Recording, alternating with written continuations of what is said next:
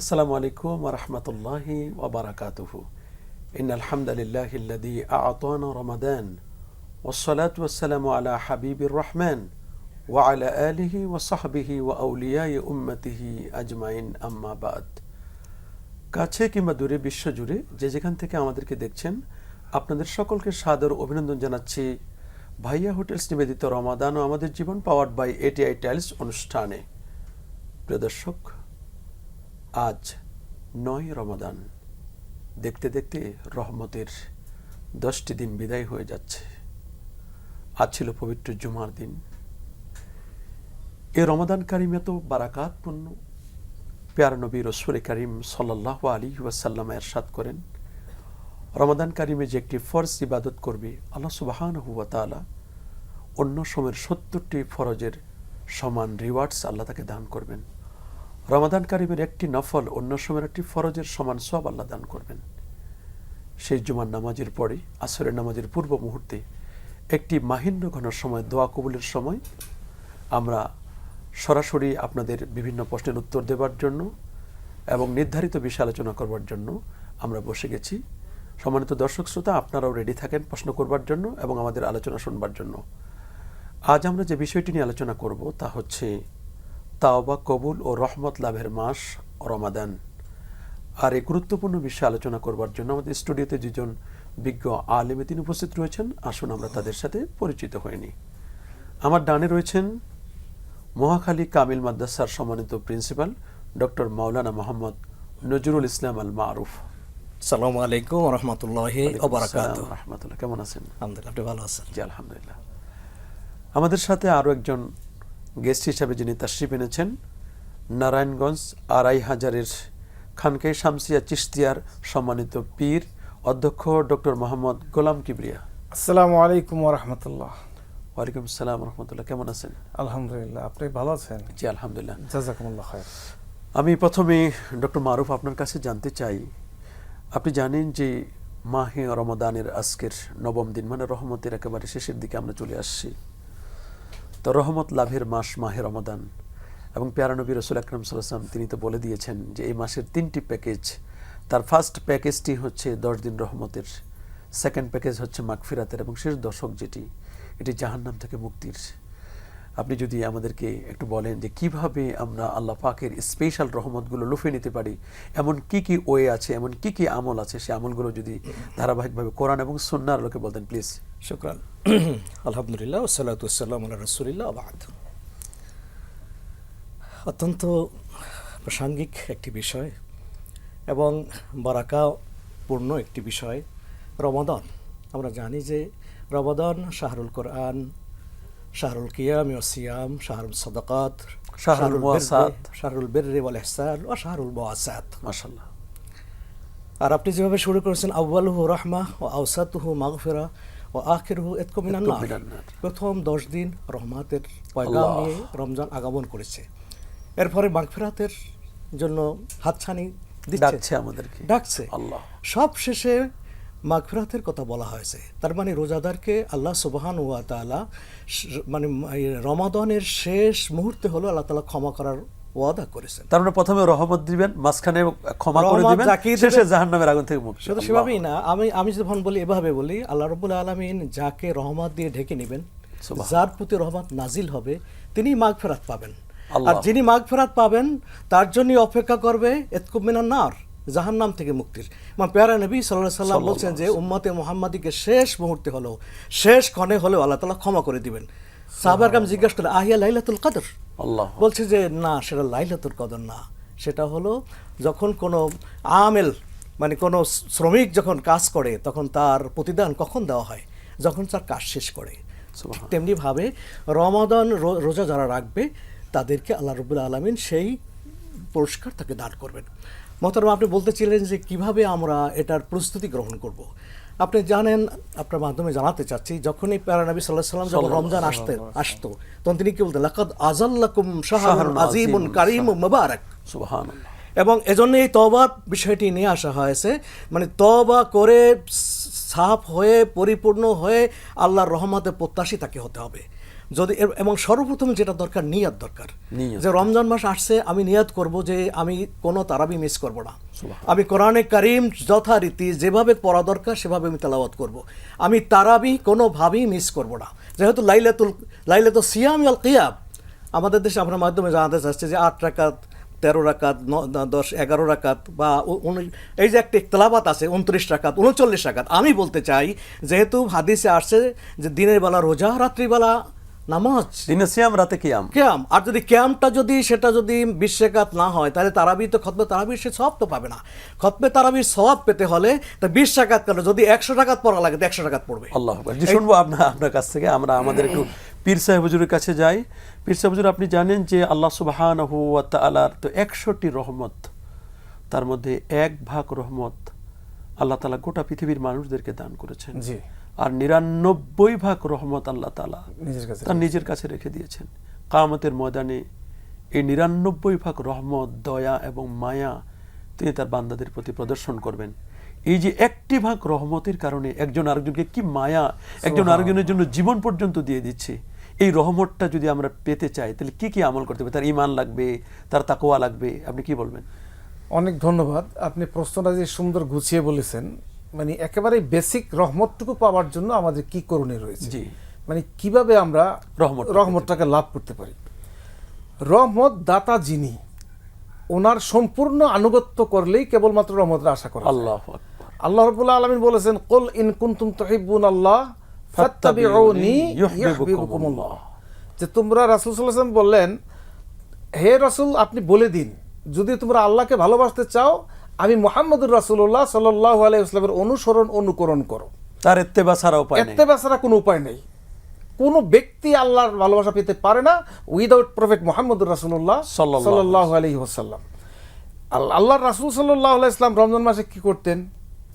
রমজান মাস আসার আগেই যে একটা বক্তব্য দিতেন যে রমজান মাস আসছে, লাকাদ আযাল্লাকুম শাহরুন মুবারাকুন শাহরুন আযীমুন শাহরুন লাইলাতুন ফীহি খায়রুম মিন আলফি শাহর জাআলাল্লাহু সিয়ামাহু ফারিদাতান ওয়া কিয়ামাল লাইলি তাতাওয়ান বলে একটা বিশাল খুতবা দিতেন। এবং 2 মাস আগে তো দোয়া করতেন, আল্লাহুম্মা বারিক লানা ফি রাজাব ওয়া শাবান ওয়া বালিগনা রমাদান।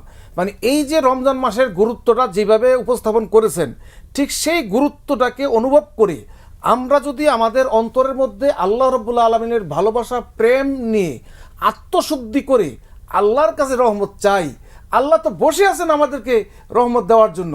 আল্লাহ তো শেষ সাথে বলতেই থাকেন, আল্লাহ মিন মুস্তাগফিরিন ফাগফির লাহু, আল্লাহ মিন মুস্তারজিকিন ফারজুক লাহু, আলা কাযা হাত্তা আল্লাহ মিন মুবতালা ফাওয়াফিয়াহু। মানে হাদিসের মধ্যে বিভিন্নভাবে রয়েছেন। তো সেই আল্লাহ রাব্বুল আলামিন একটা স্পেশাল ডিসকাউন্ট রমজান মাসে দিয়েছেন। এই রমজানেরও আবার প্রথম 10 দিন রহমতের জন্য স্পেশাল রহমত, যে আল্লাহ রাসূল বলেছেন আউয়ালু রাহমা, অর্থাৎ প্রথম দশক রহমতের। আজকে শেষ পর্যায়ে প্রায় আর একদিন মাত্র রয়েছে। আমরা এখনো যদি আত-তাইবু মিনাজ যামবি কামান লা যামবা লাহু, আমাদের জীবনের সমস্ত গুনাহগুলোকে তওবা করে আল্লাহর কাছে উপস্থাপন করে যে আল্লাহ ভুল হয়েছে আমাকে মাফ করে দেন, যদি অতীতের গুনাহগুলোকে স্বীকৃতি দেই, ভবিষ্যতে গুনাহগুলো আর করব না সেই ওয়াদা করি, আর নিয়মিত নেক কাজ করতে থাকি, আল্লাহ রাব্বুল আলামিন আমাদের সমস্ত গুনাহগুলোকে নেকিতে পরিণত করে দিবেন। আল্লাহ রাব্বুল আলামিন কালামে হাকিমে বলেন, ইল্লা মান তাবা ওয়া আমানা ওয়া আমিলা আমালান সলিহান ফাউলাইকা ইউবাদদিলুল্লাহু সাইয়্যাতিহিম হাসানাত। যে ব্যক্তি তওবা করবে, ঈমান আনবে, নিয়মিত নেক কাজ করবে, তার গুনাহগুলোকে নেকিতে পরিণত করে দিবেন। বান্দা কি এত বড় গুনাহ করেছেন যে যেই গুনাহ আল্লাহ রাব্বুল আলামিন মাফ করবেন না? এত বড় গুনাহ করার ক্ষমতাই বান্দার নাই। যেহেতু বান্দা তো বানাইছেন আল্লাহ রাব্বুল গুনাহ করবেন, এটা স্বাভাবিক। বান্দা কুল্লুকুম খাত্তাইন ওয়া খায়রুল খাত্তাইন আত-তাওয়াবুন, তোমরা সবাই গুনাহগার। এই গুনাহগারের মধ্যে উত্তম হচ্ছে ওই ব্যক্তি যে তওবা করে। তার মানে যিনি গুনাহ করবেন স্বাভাবিক, এটা স্বাভাবিক। গুনাহ করার পরে যিনি তওবা করেন তিনি আল্লাহর কাছে সবচেয়ে দামি। শুনবো আপনার কাছ থেকে। থ্যাংক ইউ ডক্টর মারুফ। আপনি জানেন যে আল্লাহ সুবহানাহু ওয়া তাআলা বলেছেন, ইন্না রাহমাতাল্লাহি কারীবুম মিনাল মুহসিনিন। সুবহানাল্লাহ। ইন্না রাহমাতাল্লাহ, আল্লাহর রহমত, কারীবুম মিনাল মুহসিনিন, যারা মুহসিন তারা আল্লাহর রহমতের সাগরে হাবুডুবু খায়। আর নবী তো রহমতের নবী, ওমা আরসালনাকা ইল্লা রাহমাতাল লিল আলামিন। সেই রহমাতুল লিল আলামিন নবী, তিনি কোনো গুনাহ ছিল না, মাসুম নবী এবং ইমামুল মাসুমিন। তিনি কিন্তু দিনে এবং রাতে 70 থেকে 100 বার তাওবা করতেন। আমরা কত গুনাহ করেছি, কত পাপ করেছি, আমরা কিভাবে আল্লাহর কাছে তাওবা করতে পারি, মাপ চাইতে পারি? অত্যন্ত সুন্দর বলেছেন। আপনার যেখান থেকে শুরু করেছিলেন সেখান থেকে শুরু করি যে আল্লাহ তাআলা বলেছেন ওয়া আহসিনু ইন্নাল্লাহা ইউহিব্বুল মুহসিনিন। সর্ববিষয়ে মানুষের প্রতি দয়া, জীবের প্রতি দয়া, সব পশুর প্রতি দয়া করতে হবে। আল্লাহ। প্যারা নবী সাল্লাল্লাহু আলাইহি ওয়াসাল্লাম সেই দয়াই শিক্ষা দিয়েছেন। এখন যেহেতু আমার নবী গুফরাল্লাহু মা তাকাদ্দামা মিন জামবিহি ওয়া মা তাআখার, গুনাহ ছিল না, তারপরেও দাঁড়িয়ে দাঁড়িয়ে তাহাজ্জুদের নামাজ পড়তেন। পাপ হলে যেত, হাত্তা ওয়ারামাত কাদামা, কদম মোবারক ফুলে কদম মোবারক ফুরে যেতেন। তারপর জিজ্ঞেস করতেন যে আপনার তো সবগুলো মাফ করা হয়েছে। তারপর হুজুর বলতেন আফালা আকুনু আবদান শাকুরা, আমি কি একজন বান্দার শুকরগুজার বান্দা হব না? তার মানে তালিম আল উম্মাহ, উম্মাদকে শিক্ষা দেওয়ার জন্য, যেহেতু রহমতের মাস, বরকতের মাস এবং মাফের মাস আসছে, যদি এই মাসে কেউ মাফ না পায় তার কোনো মাফ পাওয়ার আর কোনো সুযোগ নেই। সে কারণে প্যারা নবী সাল্লাল্লাহু আলাইহি ওয়াসাল্লাম তিনি বলছেন যে এই রহমত পাওয়ার জন্য তোরা পাগল হয়ে থাকবে, তাহাজ্জুদ আসবে, তাহাজ্জুদে শরিক হবে, তারপর সাহরি খাবে, ইফতার করবে এবং মানুষের সাথে ইফতার বিতরণ করবে এবং সুসম্পর্ক রাখবে, কওলুল মারুফ, সাদাকা, এই সব কাজগুলি করবে। কারণ এই রমাদান মাসে যদি কারো গুনাহ মাফ না হয়, একটা হাদিস আপনার মাধ্যমে আমি জানাতে চাচ্ছি। প্যারা নবী সাল্লাল্লাহু আলাইহি ওয়াসাল্লাম তিনি কি করলেন? তিনি মেম্বারে বসে আমিন বললেন। তিনটা বিষয় বলছে, আমিন আমিন আমিন। তো বললেন যে আমিন কেন বললেন? বললেন জিবরিল আমিন আল্লাহ রাব্বুল আলামিন থেকে পৃথিবীতে নাজিল হয়েছেন। বললেন আপনার এই রহমত, মাগফিরাত আর নাজাত পাওয়ার পরেও আপনার কোন উম্মত যদি তার গুনাহ মাফ করাতে না পারে, সে যদি কালকের সুপারিশের দিনে সে জাহান্নামে চলে যায়, আপনি কি তার জন্য সুপারিশ করবেন? প্যারা নবী সাল্লাল্লাহু আলাইহি সাল্লাম দেখলেন যে সুপারিশ করার তো সুযোগ নাই, তাহলে আমিন বলেন। আমিন বলছেন, তার মানে যদি গুনাহ উম্মতে মুহাম্মাদি এই রমাদান মাসে মাফ করাতে না পারে, এই কোরআন নাজিলের মাসে না পারে, তার গুনাহ মাফের আর কোনো সুযোগ, তার জন্য ধ্বংস ধ্বংস ধ্বংস অবিসম্ভাবী ধ্বংস।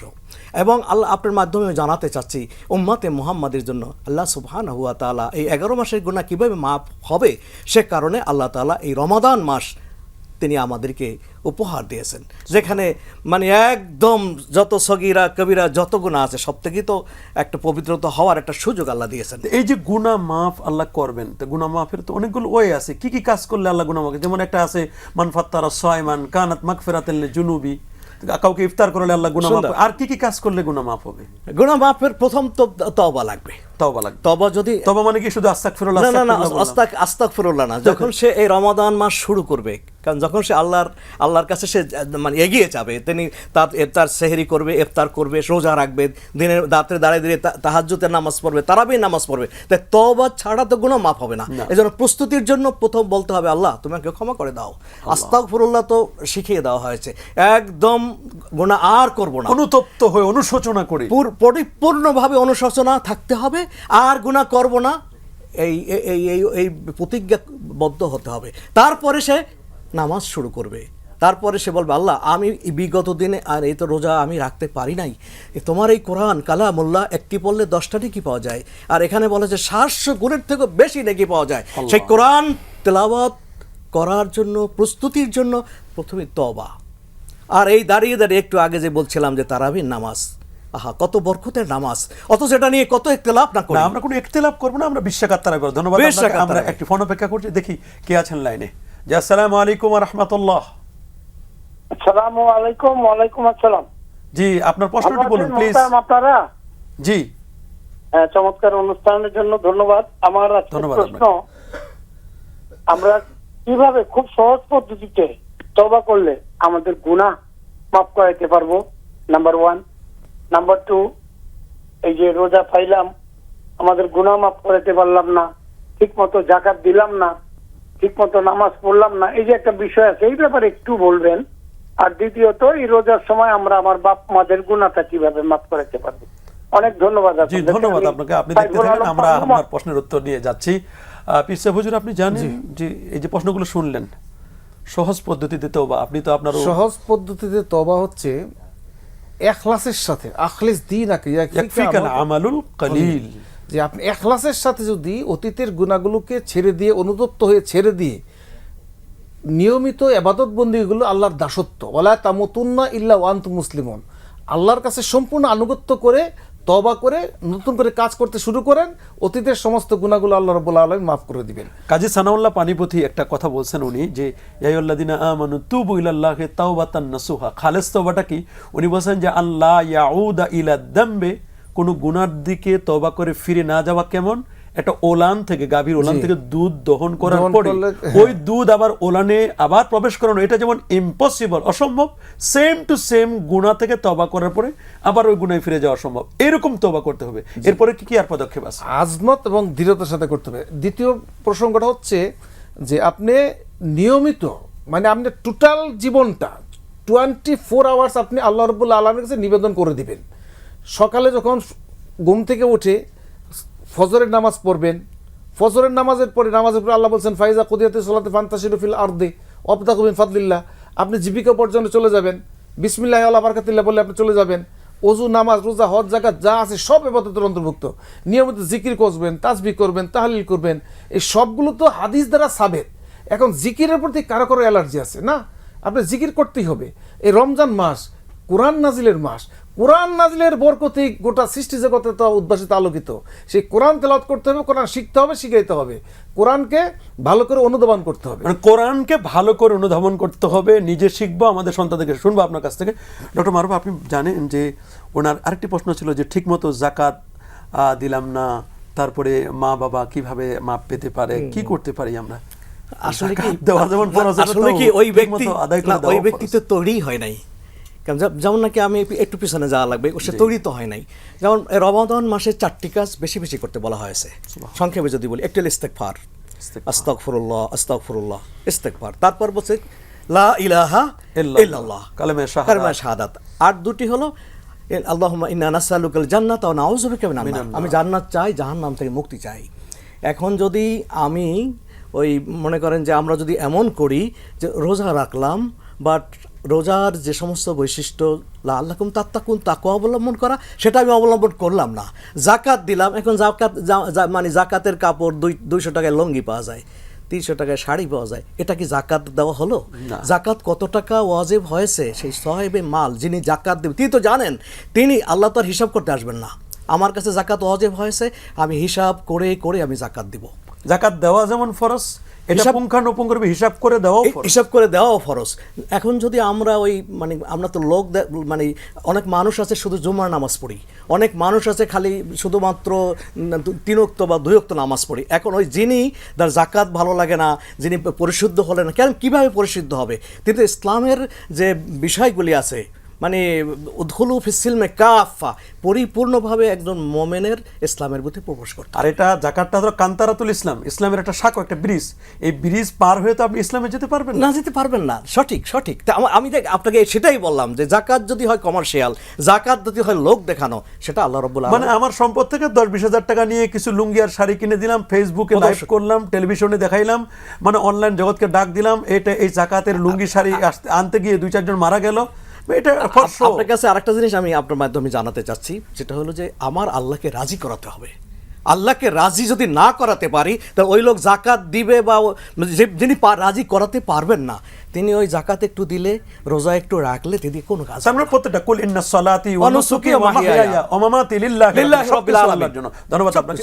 প্রিয় দর্শক, আপনারা দেখছেন ভাইয়া হোটেলস নিবেদিত রমাদান ও আমাদের জীবন পাওয়ার্ড বাই এটিআই টাইলস অনুষ্ঠানটি। আমাদের আলোচনা একেবারে জমে উঠেছে। আমরা আলোচনা করছি রহমতের মাস মাহে রমাদান এবং কিভাবে আমরা ক্ষমা লাভ করতে পারি। এই আলোচনা যদি আপনারা আরও শুনতে চান, অবশ্যই আপনারা আমাদের সাথে থাকবেন। এই মুহূর্তে আমরা একটি ব্রেকে যাচ্ছি, ফিরছি খুব শিগগির, আশা করছি আমাদের সাথে থাকবেন।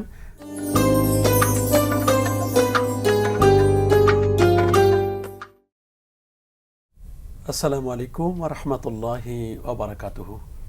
সম্মানিত দর্শক ও শ্রোতা, বিরতির পর আবারও স্বাগত জানাচ্ছি ভাইয়া হোটেলস নিবেদিত রমাদান ও আমাদের জীবন পাওয়ার্ড বাই এটিআই টাইলস অনুষ্ঠানে।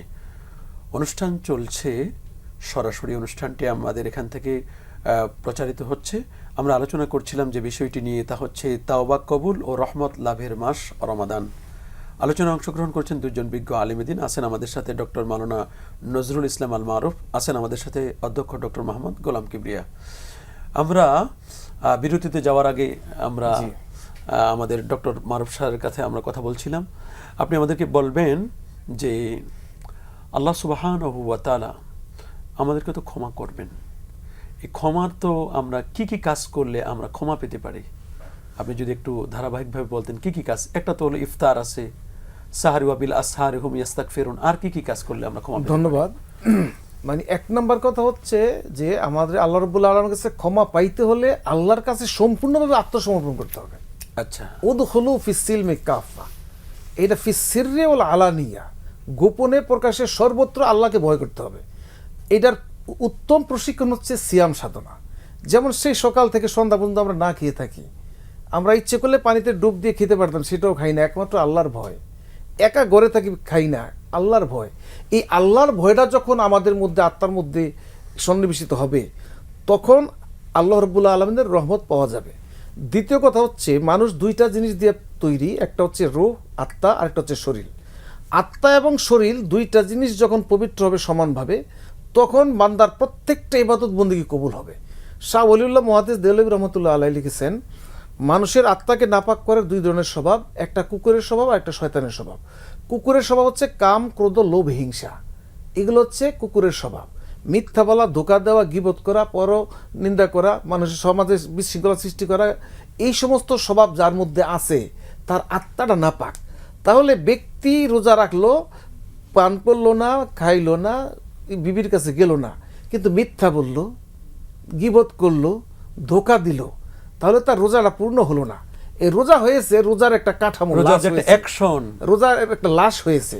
আর যদি সে এই সবগুলো বাদ দিত, যেমন আল্লাহ রাসূল সাল্লাল্লাহু আলাইহি ওয়াসাল্লাম বলেছেন, মান লাম ইয়াদা কাওলা যুর ওয়াল আমালা বিহি ফালাইসা লিল্লাহি হাজাতুন ফি আইয়াদা তুআমাহু ওয়া শারাবাহু। ব্যক্তি খায় নাই, পান করে নাই, এই জন্য তাকে পুরস্কার দিতে হবে, এই দায়িত্ব আমার নাই, কারণ সে মিথ্যা বলেছে, মিথ্যা কাজ করেছে, ধোঁকা দিয়েছে। যদি ধোঁকা মুক্ত, মিথ্যা মুক্ত, পরনিন্দা মুক্ত, গীবত মুক্ত, কুকুর এবং শয়তানের আচরণ মুক্ত ইবাদত বন্দেগী রোজাটা হয়, সিয়াম সাধনা হয়, এই রোজার পুরস্কারে আল্লাহ বলেন আসসাউমু লি ওয়া আনা আজিজু বিহি। ধন্যবাদ আপনাকে, জাযাকাল্লাহ খায়র। জি ডক্টর মারুফ, আপনি জানেন যে সাইয়্যিদুল ইস্তিগফার, আল্লাহুম্মা আনতা রাব্বি লা ইলাহা ইল্লা আনতা খালাকতানি, এই সাইয়্যিদুল ইস্তিগফার আমরা যদি পড়ি তাহলে আমাদের কি সওয়াব আছে, কি ফজিলত আছে? অনেক সওয়াব, অসংখ্য সওয়াব। এটা পড়লে পরে আল্লাহ সুবহানাহু ওয়া তাআলা তাকে মাফ করার একটা জিম্মাদারি আল্লাহর কাছে চলে যাবে, যাকে মাফ করে দেওয়া হবে। যেহেতু এটার নামই সাইয়্যিদুল ইস্তিগফার, ইস্তিগফারের মাধ্যমে আল্লাহ সুবহানাহু ওয়া তাআলা তাকে কি করবেন, আল্লাহ তাকে ক্ষমা করে দিবেন, ক্ষমা করে দিবেন। আমাদের অনেকেই এই সাইয়্যিদুল ইস্তিগফার এটা পড়তে পারে না বা এটা জানে না। অনেক আলেমকেও জিজ্ঞেস করলে বলতে পারে না। আসলে আমাদের এই সাইয়্যিদুল ইস্তিগফার, যেই ইস্তিগফারের তালিমটা খোদ নবী করিম সাল্লাল্লাহু আলাইহি ওয়াসাল্লাম নিজে দিয়েছেন, সাহাবায়ে কেরাম এই ইস্তিগফারটা পড়তেন।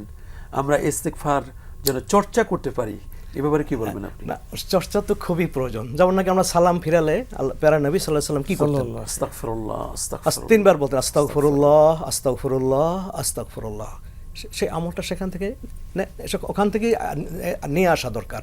ঠিক পাশাপাশি আপনি সাইয়্যিদুল ইস্তিগফারের কথা বলছেন, সেটাও যদি এরপরে আমলে আনা যায়, আয়াতুল কুরসি, সেটাও তো আরও গুরুত্বপূর্ণ একটা বিষয়। সেটা কোরআনের আয়াতুল কোরআন, মানে যে ব্যক্তি 5 ওয়াক্ত নামাজের পরে, ফরজ নামাজের পর আয়াতুল কুরসি পড়বে, লাম ইয়ামনাহু মিন দুখুলিল জান্নাতি ইল্লাল মাউত, জান্নাতে যেতে শুধু একটি বাধা, সেই বাধাটি হচ্ছে মৃত্যু। লোকটা মরে না, তাই সে জান্নাতে। তার মানে কি, তো 5 ওয়াক্ত নামাজ তো পড়তে হবে অবশ্যই, এর সাথে অনেক কিছু জড়িত। যে নামাজ 5 ওয়াক্ত পড়বে সেই তো আয়াতুল কুরসি যদি পড়ে, তাহলে আল্লাহ রাব্বুল আলামিন। এবং নামাজের মধ্যে তো তার ইস্তিগফার, যে আল্লাহুম্মা ইন্নী যালামতু নাফসি যুলমান কাসীরা, সেগুলো বারবার পড়তেছে। তা আপনি যদি ইস্তিগফার একটু ফজিলত বলতেন, নবীজি তো অনেকগুলো ইস্তিগফারের ফজিলত বলেছেন, মান লাজিমাল ইস্তিগফার।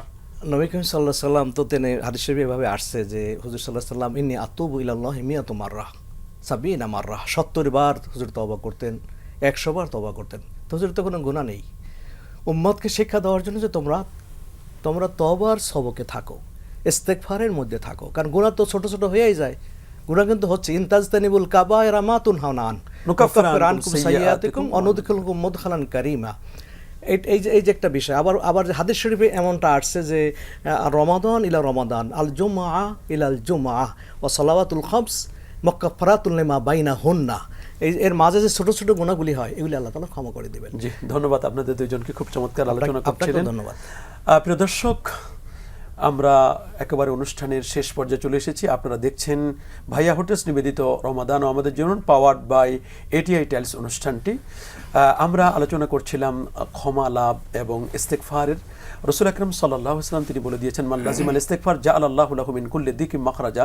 যে ব্যক্তি ইস্তেগফারকে আবশ্যক করে নেবে, আল্লাহ সুবহানাহু ওয়া তাআলা তাকে নগদ 5টা পুরস্কার দান করবেন। তার মধ্যে একটি হচ্ছে আল্লাহ তাআলা তাকে জীবনের যত সংকীর্ণতা আছে সমস্ত সংকীর্ণতা মুক্ত করে দিবেন।